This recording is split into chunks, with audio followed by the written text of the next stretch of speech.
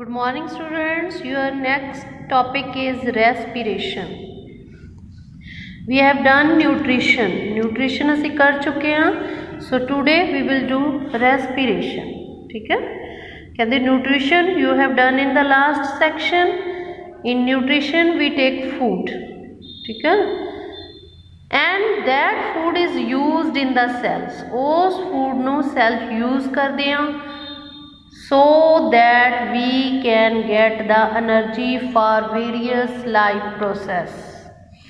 ਤਾਂ ਕਰਕੇ ਕਿ ਸਾਨੂੰ એનર્ਜੀ ਮਿਲ ਜਵੇ ਜਿਹੜਾ ਫੂਡ ਖਾਦਾ ਆ ਉਹਨੂੰ ਯੂਜ਼ ਕਰਨਾ ਉਹ ਤੋਂ એનર્ਜੀ ਲੈਣੀ. Diverse organism do this in different ways. Different organism use of food ਨੂੰ ਅਲੱਗ-ਅਲੱਗ ਤਰੀਕਿਆਂ ਨਾਲ ਕਰਦੇ ਆ to obtain energy. Some use oxygen, ਕੁਛ ਤਾਂ ਆਕਸੀਜਨ ਲੈ ਕੇ ਫੂਡ ਨੂੰ ਤੋੜਦੇ ਆ, ਉਹਦੀ ਬ੍ਰੇਕਡਾਊਨ ਕਰਦੇ ਆ ਫੂਡ ਦੀ. ਫੂਡ ਤੁਹਾਡਾ glucose C, that is completely break down into carbon dioxide and water and plus energy. Oxygen ਦੀ ਪ੍ਰੈਜ਼ੈਂਸ ਦੇ ਵਿੱਚ ਕੁਝ ਆਰਗੈਨਿਜ਼ਮ ਗਲੂਕੋਜ਼ ਫੂਡ ਨੂੰ ਕਾਰਬਨ ਡਾਈਆਕਸਾਈਡ ਵਾਟਰ ਤੇ એનર્ਜੀ 'ਚ ਤੋੜ ਦਿੰਦੇ ਆ. But some other use different pathways in means that do not take oxygen. They are called anaerobic organism. ठीक है? कहता कुछ ऐसे भी ऑर्गेनिजम्स ने ਜਿਹੜੇ ਕਿ ਫੂਡ ਨੂੰ ਤੋੜਨ ਦੇ ਲਈ ਆਕਸੀਜਨ ਨਹੀਂ ਲੈਂਦੇ. ਕੁਛ ਤਾਂ ਉਹਨੇ ਦੱਸਦਾ ਵੀ ਆਕਸੀਜਨ ਲੈਂਦੇ ਆ ਗਲੂਕੋਜ਼ ਨੂੰ ਕੰਪਲੀਟਲੀ ਕਾਰਬਨ ਡਾਈਆਕਸਾਈਡ ਤੇ ਵਾਟਰ 'ਚ ਤੋੜ ਦਿੰਦੇ ਆ. ਕੁਛ ਆਕਸੀਜਨ ਨਹੀਂ ਲੈਂਦੇ, ਚਾਹੇ ਆਕਸੀਜਨ ਲੈਂਦੇ ਆ ਚਾਹੇ ਨਹੀਂ ਲੈਂਦੇ, ਬਟ ਫਸਟ ਸਟੈਪ ਆ ਗਲੂਕੋਜ਼ ਨੂੰ ਤੋੜਨ ਦਾ a 6 carbon molecule. Means here they have shown you a flow chart. Glucose is 6 carbon molecule. Cell ਦੇ ਸਾਈਟੋਪਲਾਜ਼ਮ ਦੇ ਵਿੱਚ it is break down into 3 carbon molecule. ਸਭ ਦੇ ਵਿੱਚ ਫਸਟ ਸਟੈਪ ਤਾਂ ਇਹੀ ਆ, ਪਹਿਲਾਂ ਗਲੂਕੋਜ਼ ਤੋਂ 3 ਕਾਰਬਨ ਮੋਲੀਕਿਊਲ ਬਣਨਾ ਆ. ਉਸ 3 ਕਾਰਬਨ ਮੋਲੀਕਿਊਲ ਦਾ ਨਾਮ ਆ ਪਾਇਰੂਵੇਟ. ਪਲੱਸ એનર્ਜੀ, ਬਹੁਤ ਘੱਟ એનર્ਜੀ ਰਿਲੀਜ਼ ਹੁੰਦੀ ਆ. ਹੁਣ ਨੈਕਸਟ ਸਟੈਪ ਇਹਦੇ ਤੋਂ ਬਾਅਦ ਆ ਜਿਹਦੇ ਵਿੱਚ ਆਕਸੀਜਨ ਦੀ ਪ੍ਰੈਜ਼ੈਂਸ ਆ ਜਾਂ ਆਕਸੀਜਨ ਦੀ ਐਬਸੈਂਸ ਆ.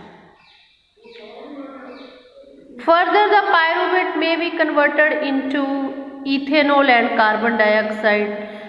ਹੁਣ ਨੈਕਸਟ ਕਹਿੰਦਾ ਪਾਇਰੂਵੇਟ ਨੂੰ ਤੋੜਦੇ ਆ ਈਥੇਨੋਲ ਤੇ ਕਾਰਬਨ ਡਾਈਆਕਸਾਈਡ ਦੇ ਵਿੱਚ. ਕਿਹਦੇ ਵਿੱਚ? ਇਹਦੀ ਐਗਜ਼ਾਮਪਲ ਆ ਜੀਸਟ ਦੇ ਵਿੱਚ ਹੋ ਗਿਆ. ਡਿਊਰਿੰਗ ਫਰਮੈਂਟੇਸ਼ਨ, ਜਦੋਂ ਖਮੀਰਨ ਹੋ ਰਿਹਾ ਕਿਸੇ ਚੀਜ਼ ਦਾ. ਇਹ ਉਹ ਆਰਗੈਨਿਜ਼ਮ ਨੇ that take place in the absence of oxygen. Presence of oxygen ਇਹ ਵਾਲਾ ਸੀ, ਇਹ ਇਹਨਾਂ ਨੂੰ ਆਕਸੀਜਨ ਦੀ ਐਬਸੈਂਸ 'ਚ ਰਹਿੰਦੇ ਆ. ਠੀਕ ਆ, ਤਾਂ ਆਕਸੀਜਨ ਦੀ ਐਬਸੈਂਸ ਦੇ ਵਿੱਚ ਇਹ ਜਿਹੜਾ ਪਾਇਰੂਵੇਟ ਬਣਿਆ ਉਹਨੂੰ ਈਥੇਨੋਲ, ਜਿਹਨੂੰ ਅਸੀਂ ਅਲਕੋਹਲ ਕਹਿੰਦੇ ਆ, ਤੇ ਕਾਰਬਨ ਡਾਈਆਕਸਾਈਡ 'ਚ ਤੋੜ ਦਿੰਦੇ ਆ. ਇਹਦੀ ਐਗਜ਼ਾਮਪਲ ਆ ਜੀਸਟ. ਠੀਕ ਆ, ਇਸ ਤਰ੍ਹਾਂ ਦੀ ਰੈਸਪੀਰੇਸ਼ਨ ਨੂੰ ਜਿਹੜੀ that is without the presence of oxygen is called anaerobic respiration. And the breakdown of pyruvate using oxygen that is take place in mitochondria. Anaerobic respiration takes place in cytoplasm. ਤੇ ਜਿਹੜੀ presence of oxygen ਹੁੰਦੀ ਆ that is called aerobic respiration.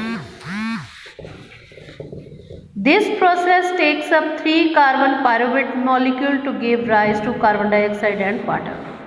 Here they have shown you a flow chart in which pyruvate first absence of oxygen ਦੀ ਵਿੱਚ ਜੀਸਟ ਦੇ ਵਿੱਚ ਇਹਨੂੰ ethanol, carbon dioxide ਤੇ energy 3 ਚੀਜ਼ਾਂ 'ਚ ਤੋੜਿਆ ਜਾਂਦਾ ਆ. ਜਿਹੜਾ ਅਸੀਂ ਫੂਡ ਖਾਦਾ ਉਹਨੂੰ ਉਹ ਆਰਗੈਨਿਜ਼ਮ ਜਿਹੜੇ ਬਿਨਾਂ ਆਕਸੀਜਨ ਤੋਂ ਬਰੀਥ ਕਰਦੇ ਔਰ ਵੀ ਕੈਨ ਸੇ ਆਕਸੀਜਨ ਦੀ ਪ੍ਰੈਜ਼ੈਂਸ ਦੇ ਵਿੱਚ ਨਹੀਂ ਜਿਉਂਦੇ ਰਹਿ ਸਕਦੇ, that will survive in the absence of oxygen. ਉਹ ਈਥੇਨੋਲ ਅਲਕੋਹਲ ਪ੍ਰੋਡਿਊਸ ਕਰਦੇ ਆ, ਕਾਰਬਨ ਡਾਈਆਕਸਾਈਡ ਪ੍ਰੋਡਿਊਸ ਕਰਦੇ ਆ ਤੇ એનર્ਜੀ ਰਿਲੀਜ਼ ਕਰਦੇ ਆ. ਈਥੇਨੋਲ 2 ਕਾਰਬਨ ਮੋਲੀਕਿਊਲ ਆ. ਉਸ ਤੋਂ ਬਿਨਾਂ ਪੁੱਤਰ ਜੀ that is the presence of oxygen. Means ਅਸੀਂ ਲੋਕ ਸਾਡੀ ਬਾਡੀ ਦੇ ਵਿੱਚ ਅਸੀਂ ਸਾਹ ਦੇ ਲੈਣ ਲਈ ਆਕਸੀਜਨ ਲੈਂਦੇ ਹਾਂ ਕਿ ਨਹੀਂ? ਰੈਸਪੀਰੇਸ਼ਨ ਦੇ ਲਈ ਉਹ ਆਕਸੀਜਨ ਗਲੂਕੋਜ਼ ਨਾਲ ਗਲੂਕੋਜ਼ ਨੂੰ ਤੋੜਦੀ ਆ, ਕਾਰਬਨ ਡਾਈਆਕਸਾਈਡ, ਵਾਟਰ ਤੇ એનર્ਜੀ। ਇਹ એનર્ਜੀ ਆ ਜਿਹਦੇ ਨਾਲ ਅਸੀਂ ਡੇਲੀ ਦੀਆਂ ਸਾਰੀਆਂ ਐਕਟੀਵਿਟੀਜ਼ ਕਰਦੇ ਹਾਂ, ਹੱਸਦੇ ਹਾਂ, ਖੇਡਦੇ ਹਾਂ, ਨੱਚਦੇ ਹਾਂ, ਟੱਪਦੇ ਹਾਂ, ਚਾਹੇ ਅਸੀਂ ਸੌਂ ਵੀ ਰਹੇ ਹਾਂ ਤਾਂ ਵੀ ਸਾਡੀ ਬਾਡੀ ਦੇ ਵਿੱਚ ਕੰਮ ਚੱਲ ਰਿਹਾ ਹੁੰਦਾ, ਉਹਦੇ ਲਈ એનર્ਜੀ ਦੀ ਲੋੜ ਪੈਂਦੀ ਹੈ। એનર્ਜੀ ਸਾਨੂੰ ਇੱਥੋਂ ਹੀ ਮਿਲਦੀ ਆ। These are those organisms that breakdown of pyruvate takes place in the presence of oxygen. So these organisms called aerobic respiration, ਜਿਹੜੀ ਇਸ ਤਰ੍ਹਾਂ ਦੀ respiration ਹੁੰਦੀ ਹੈ, that is called presence of oxygen ਦੇ ਵਿੱਚ aerobic respiration. It takes place in mitochondria, ਇਹ mitochondria ਦੇ ਵਿੱਚ ਹੁੰਦੀ ਹੈ। The release of energy is more in the presence of oxygen than in the absence of oxygen. ਇਹਦੇ ਵਿੱਚ ਜ਼ਿਆਦਾ એનર્ਜੀ ਬਣਦੀ ਆ ਤੇ ਇਹਦੇ ਵਿੱਚ ਘੱਟ ਬਣਦੀ ਆ। When there is a lack of oxygen in our muscles, ਹੁਣ ਨੈਕਸਟ ਐਗਜ਼ਾਮਪਲ ਰਹਿ ਰਿਹਾ ਜਦੋਂ ਤੁਸੀਂ ਦੌੜਦੇ ਹੋ ਤਾਂ ਤੁਹਾਨੂੰ ਪੂਰੀ ਆਕਸੀਜਨ ਨਹੀਂ ਮਿਲਦੀ, ਘੱਟ ਆਕਸੀਜਨ ਮਿਲਦੀ ਆ, that is called the lack of oxygen. Lack of oxygen ਸਾਡੇ ਮਸਲਸ ਤੱਕ ਪੂਰੀ ਆਕਸੀਜਨ ਪਹੁੰਚਦੀ ਨਹੀਂ, ਤਾਂ ਉੱਥੇ ਜਿਹੜਾ ਇਹ ਵਾਲਾ ਪਾਇਰੂਵੇਟ ਆ that is break down into lactic acid and energy. Lack of oxygen ਇਹ ਹੁੰਦਾ ਸਾਡੇ ਮਸਲ ਸੈਲਸ ਦੇ ਵਿੱਚ, ਉੱਥੇ pyruvate is break down into lactic acid and energy. Lactic acid 3 carbon molecule ਆ, ਲੈਕਟਿਕ ਐਸਿਡ ਦੇ ਵਿੱਚ ਟੁੱਟ ਜਾਂਦਾ ਆ, which is always a 3 carbon molecule. Lactic acid in our muscles during sudden activity cause cramps. Cramps means ਸਾਡੇ muscles ਟੁੱਟ ਜਾਂਦੇ ਨੇ, ਜਿਹਦੇ ਨਾਲ ਸਾਨੂੰ ਲੱਤਾਂ 'ਚ ਦਰਦ ਮਹਿਸੂਸ ਹੁੰਦਾ। ਜਦੋਂ ਅਸੀਂ ਥੋੜ੍ਹਾ ਜਿਹਾ ਤੇਜ਼ ਦੌੜ ਲੈਂਦੇ ਉਸ ਤੋਂ ਬਾਅਦ ਲੱਤਾਂ 'ਚ ਦਰਦ ਦੁਖਣ ਲੱਗ ਜਾਂਦੀਆਂ ਨੇ ਨਾ, ਉਹਦਾ ਰੀਜ਼ਨ ਇਹੀ ਆ। This is very very important, ਆ ਫਲੋ ਚਾਰਟ ਬਹੁਤ ਇੰਪੋਰਟੈਂਟ ਆ। Energy release during cellular respiration, ਹੁਣ ਜਿਹੜੀ ਐਨਰਜੀ ਸੈਲੂਲਰ ਰੈਸਪੀਰੇਸ਼ਨ ਦੇ ਵਿੱਚ ਰਿਲੀਜ਼ ਹੁੰਦੀ ਆ ਉਹਨੂੰ ਇਮੀਡੀਏਟਲੀ ਮੀਨਸ ਇੱਕਦਮ ਯੂਜ਼ ਕਰ ਲਿਆ ਜਾਂਦਾ ਆ to synthesize a molecule called ATP। ਉਹਦੇ ਤੋਂ ਕੀ ਬਣਦੀ ਆ ATP। ATP ਸਾਡੀ ਫਿਊਲ ਆ ਜਿਹਦੇ ਨਾਲ ਸਾਡੀਆਂ ਸਾਰੀਆਂ ਐਕਟੀਵਿਟੀਜ਼ ਹੁੰਦੀਆਂ ਨੇ। ATP ਟੁੱਟਦੀ ਆ ਤਾਂ ਸਾਨੂੰ ਫਿਕਸਡ ਅਮਾਊਂਟ ਆਫ ਐਨਰਜੀ ਮਿਲਦੀ ਆ। Since the aerobic respiration pathways depend upon oxygen, aerobic organism need to ensure that there is sufficient intake of oxygen. ਹੁਣ ਜਿਹੜੇ organism aerobic organism ਨੇ aerobic respiration ਕਰਦੇ ਆ, ਉੱਥੇ ਇਹ ਜ਼ਰੂਰੀ ਆ ਕਿ ਉਹਨਾਂ ਨੂੰ proper oxygen ਮਿਲੇ। We have seen that plants exchange of gases through stomata. Plants ਦੇ ਵਿੱਚ ਐਕਸਚੇਂਜ ਆਫ ਗੈਸਿਸ ਸਟੋਮੇਟਾ ਦੇ ਥਰੂ ਹੁੰਦਾ ਆ। And there are intercellular spaces stomata.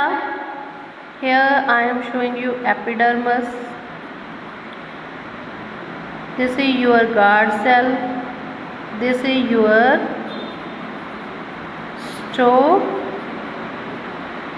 stomatal pore. Stomata ਤੋਂ ਬਾਅਦ ਪੁੱਤਰ ਜੀ ਜਿਹੜੇ ਸੈਲਸ ਨੇ ਦਿਸ ਵਨ, ਇਹਨਾਂ ਦੇ ਵਿੱਚ ਬਹੁਤ ਏਅਰ ਸਪੇਸ ਹੁੰਦੀ ਹੈ, ਤਾਂ ਕਰਕੇ ਜਿਹੜੀ ਇੱਥੋਂ ਹਵਾ ਜਾਵੇ ਸਾਰਿਆਂ ਤੱਕ ਪਹੁੰਚ ਜਾਵੇ। They have a large intercellular spaces so that cells are in contact with air. Carbon dioxide and oxygen are exchanged by diffusion. ਹੁਣ ਇੱਥੇ ਅੰਦਰ ਕਾਰਬਨ ਡਾਈਆਕਸਾਈਡ ਕਿਵੇਂ ਜਾਂਦੀ ਹੈ, ਕਿਹੜੇ ਪ੍ਰੋਸੈਸ ਰਾਹੀਂ ਜਾਂਦੀ ਹੈ? ਡਿਫਿਊਜ਼ਨ ਮੀਨਸ ਬਾਹਰ ਜ਼ਿਆਦਾ, ਬਾਹਰ ਤੋਂ ਅੰਦਰ ਘੱਟ ਆ ਤਾਂ ਚਲੀ ਜਾਊਗੀ ਉਹ ਡਿਫਿਊਜ਼ਨ ਨਾਲ। Movement of gases from high concentration to low concentration 9th 'ਚ ਕਰਵਾਇਆ ਹੈ। ਡਿਫਿਊਜ਼ਨ ਰਾਹੀਂ ਗੈਸਸ ਅੰਦਰ ਜਾਂਦੀਆਂ ਨੇ ਤੇ ਬਾਹਰ ਆਉਂਦੀਆਂ ਨੇ। Next, they can go into cell ਔਰ ਅਵੇ from them and out in the air. Cell ਦੇ ਚਾਹੇ ਅੰਦਰ ਜਾਣਾ ਚਾਹੇ ਬਾਹਰ ਆਉਣਾ, ਆਸਮੋਸਿਸ ਦੀ ਲੋੜ ਆ। ਡਾਇਰੈਕਸ਼ਨ ਆਫ ਡਿਫਿਊਜ਼ਨ ਦੀ ਲੋੜ ਆ। Direction of diffusion depend upon the environmental condition means gas ਅੰਦਰ ਜਾਊਗੀ ਕਿ ਬਾਹਰ ਜਾਊਗੀ, ਡਿਪੈਂਡ ਕਰਦਾ ਬਾਹਰ ਇਨਵਾਇਰਮੈਂਟ ਦੇ ਵਿੱਚ ਉਹ ਚੀਜ਼ ਕਿੰਨੀ ਆ। ਐਂਡ ਨੰਬਰ 2 ਤੇ ਪਲਾਂਟ ਦੀ ਉਸ ਨੂੰ ਕਿੰਨੀ ਰਿਕੁਆਇਰਮੈਂਟ ਆ। ਜਿੰਨੀ ਪਲਾਂਟ ਨੂੰ ਰਿਕੁਆਇਰਮੈਂਟ ਹੈਗੀ ਆ, ਜੇ ਉਨੀ ਪਲਾਂਟ 'ਚ ਪਈ ਆ ਤਾਂ ਅੰਦਰ ਨਹੀਂ ਜਾਊਗੀ। ਹਾਂ, ਜੇ ਪਲਾਂਟ ਦੇ ਵਿੱਚ ਘਟ ਗਈ ਤੇ ਬਾਹਰ ਐਕਸਟਰਨਲ ਇਨਵਾਇਰਮੈਂਟ ਵਿੱਚ ਕਾਰਬਨ ਡਾਈਆਕਸਾਈਡ ਜ਼ਿਆਦਾ ਆ ਤਾਂ ਅੰਦਰ ਜਾਊਗੀ। सेम हैपन विद ऑक्सीजन, अंदर फूड बन गया, ऑक्सीजन बढ़ गई तो बाहर आऊगी। ये डिपेंड करता है एनवायरमेंटल कंडीशन ते रिक्वायरमेंट प्लांट की। When there is no photosynthesis, जदों फोटोसिंथेसिस नहीं होंदा, carbon dioxide elimination is the major exchange activity going on. उस टाइम के उत्ते कार्बन डाइऑक्साइड की एलिमीनेशन होंदी है, बाहर निकलती है। ड्यूरिंग द डे, ये कदों हो नाइट में, रात में फोटोसिंथेसिस नहीं होंदा तो प्लांट्स ज़्यादातर की कढ़ते हैं बाहर कार्बन डाइऑक्साइड, बट दिन के समय वो की करते हैं कार्बन डाइऑक्साइड नूं लैंदे आ, काहदे लई? फोटोसिंथेसिस लई।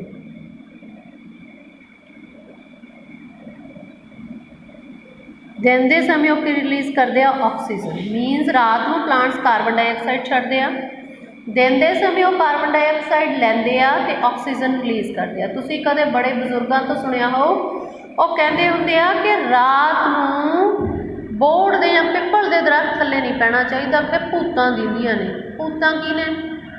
भूतां नहीं, वो रात नूं वो बड़ा सारा ट्री आ, और रात को फिर साह लै रहा, कार्बन डाइऑक्साइड वो बाहर कढ़ लिया, तो असीं भी साह लैन लगे अंदर ऑक्सीजन जलान ले जाने, कार्बन डाइऑक्साइड कढ़ते हैं। सेम हैपन उवें ही उन्हां च, वो भी रात को कार्बन डाइऑक्साइड कढ़ रहा। हुण जदों ज़्यादा कार्बन डाइऑक्साइड साडे साह नाल मिल के साडे अंदर जाती है तो साडे ब्रेन ते इफैक्ट पाउंदी है, तो सानूं डिफरेंट टाइप्स दी आकृतियां दिसदियां ने, जां कुछ सानूं साडे ब्रेन दे विच एवें लगदा जिन्हों असीं समझ लैंदे आ ये भूतां।